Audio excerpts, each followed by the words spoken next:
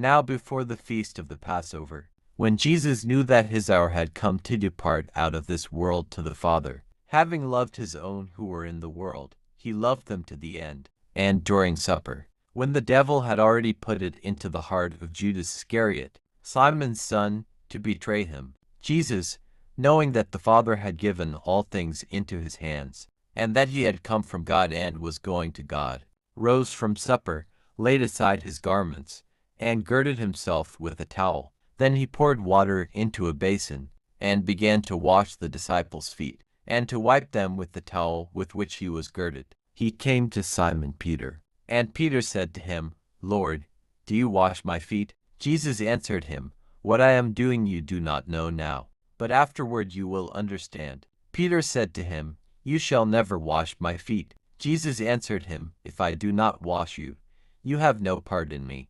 Simon Peter said to him, Lord, not my feet only, but also my hands and my head. Jesus said to him, He who has bathed does not need to wash, except for his feet, but he is clean all over. And you are clean, but not every one of you. For he knew who was to betray him. That was why he said, You are not all clean. When he had washed their feet, and taken his garments, and resumed his place, he said to them, Do you know what I have done to you?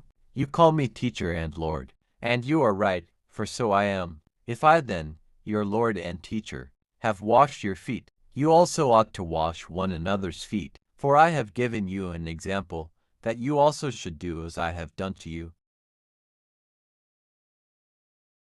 Do you aspire to holiness? It may not be easy, as evil temptations can seem appealing. How do you respond? Do you seek to be holy? Today marks the sacred Triduum. We accompany Jesus through his Passover with the disciples, his prayer in Gethsemane, tomorrow's crucifixion, and Saturday's quiet adoration as we await the resurrection. In John 13:12-15, Jesus exemplifies holiness by humbling himself to wash his disciples' feet and offering them the Eucharist, demonstrating that true greatness comes from serving others. Jesus teaches that humility leads to true holiness. By focusing on others and serving selflessly, we become instruments of his grace, helping others see Christ through our actions. Reflect on Jesus' call, serve others as I have served you.